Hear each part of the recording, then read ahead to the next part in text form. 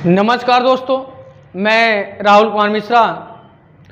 आज हम लोग देखेंगे कि अच्छे बिलिंग सॉफ्टवेयर की क्या निशानी होती है, कि आप कैसे जानेंगे कि ए बिलिंग सॉफ्टवेयर अच्छा है और हमारे लिए उपयोगी है।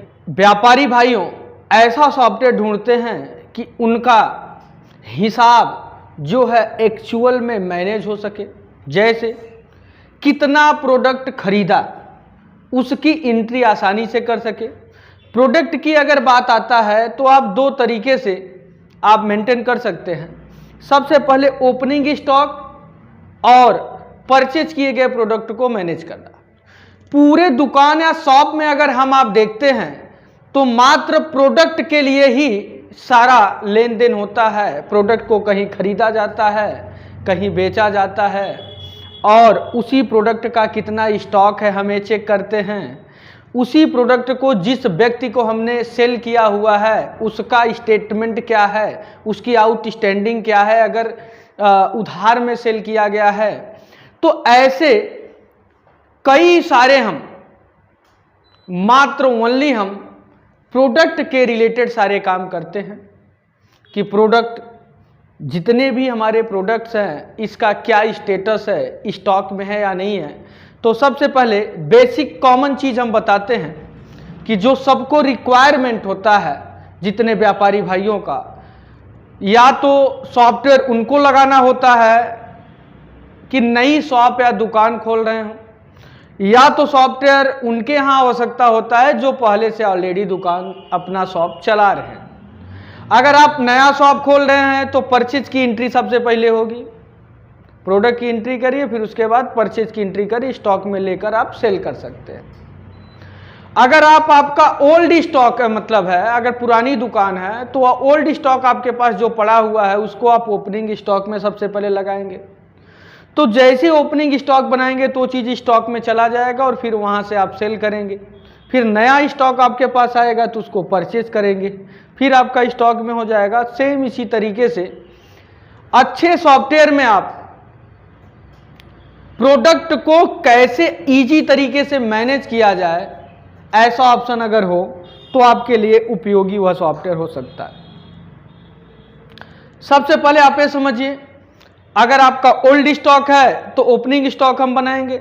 अगर आपका न्यू स्टॉक है तो आप परचेज की एंट्री आप करेंगे।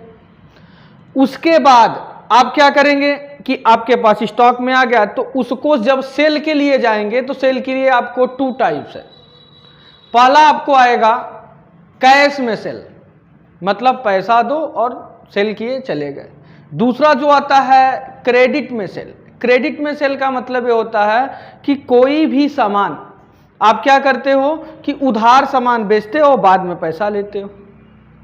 अगर आप कैश में सामान बेच रहे हो तो उसमें मल्टी पेमेंट मोड आपका ऑप्शन आता है कि एक ही बिल में, सिंगल बिल में जो आप कैश मतलब जो पेमेंट देने वाले हैं वो ऑनलाइन के माध्यम से दे सकते हैं, गूगल पे के माध्यम से दे सकते हैं, फोन पे के माध्यम से दे सकते हैं।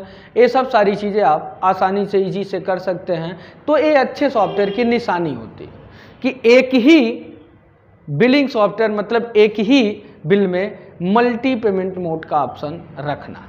उसके बाद बारकोड गन के माध्यम से सेल करना, तो आसानी से आप गन के माध्यम से सेल कर सकते हो।